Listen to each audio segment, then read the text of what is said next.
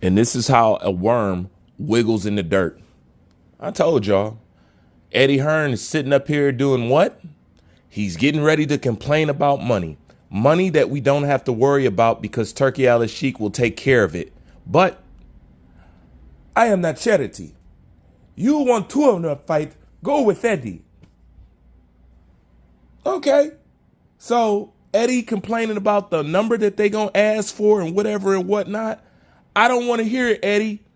This is 147-pound talk that you're back here again. You back to the future again, doing the same shit. I don't want to hear it with Eddie, bro. We know Eddie aligned. We know where Eddie wants to go. We know this. You know the background fight ain't true. All right? You know the Ortiz fight ain't true.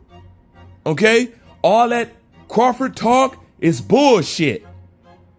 It's time for them to put up and shut up. And Eddie getting ready to complain about money again. How is that even possible, bro? We can knock money out of the equation. And this is the thing. Whatever Spence asked for, Spence is worth that.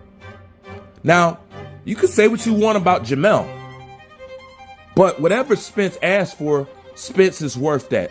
But let's be honest, Eddie. You wouldn't pay for him to fight Spence because Spence would stop Jerron Boots Ennis. You know that. Jamel will stop Jerron Boots Ennis. Now, I've already suggested if you really wanted to build this guy, you would pay somebody like Jamel because he's the real 154 champion, never lost his belts in the ring, and he got a 2-year layoff. This is right up your alley for Jerron because we're just trying to get a name, right? All right, then. And the layoff, like I said, that feeds in right into what Jerron likes. I mean, the last guy he fought been what? Fighting 5 years? So if you really about building him, you would get Charlo. Of course, I already made this suggestion for what Charlo should do. Charlo should pursue Boots. If he beats Boots, then you can go ahead and get to Crawford. But we not here to talk about no money, Eddie. No. We're done with that. I'm going to tell you one thing that we done with. Ever since AJ lost, you went around hating on everybody prize fighter. You went on a hate tour with everybody.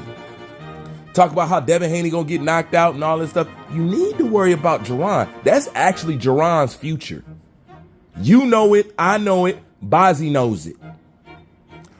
We're going to get on another video later while Bazzi knows it too. Okay? So stay tuned for that. But we ain't finna do this, Eddie. No, buddy. We know you're not fighting Bite Ron. We know you're not fighting Ortiz. Okay? We know you really not trying to pursue nobody. I'm gonna put it like this. While he's sitting up here complaining about money. All right? If somebody like Eddie Hearn, the best promoter in the business, as he says, he's the best in the game. If Eddie Hearn can't rope a fighter like Brian Norman Jr., then isn't that by default saying that he really can't rope or get nobody else? If you can't get Brian Norman Jr. and he's on the low end of everybody that you're going to have to negotiate and deal with, if you can't get him, you can't get no Charlo. You can't get no Spence. You can't get no Crawford because you can't even get the low level guys coming up just getting introduced to the spotlight that Jerron's been bathing in.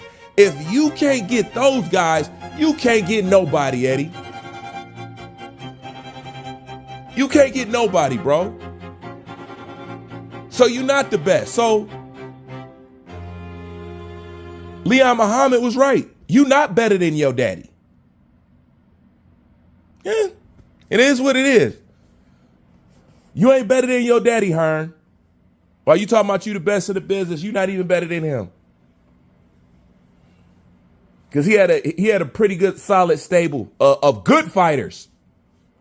A whole lot of people got to get made up behind the scenes with you, bro. You have a talent for signing the most untalented that looks talented. That's your talent. Yeah, buddy. You got a talent for signing the most untalented that look talented. Excuse me, sorry. Yeah, buddy. Facts. Facts on facts on facts, bro. But I can't believe we talking about money. When we got the money man sitting over there. The only thing he asks is if you give him a fight worth paying for. Okay? You got an easy out, Eddie. You can't take that easy out because your product is faulty. Okay? He's faulty. That's really what it is.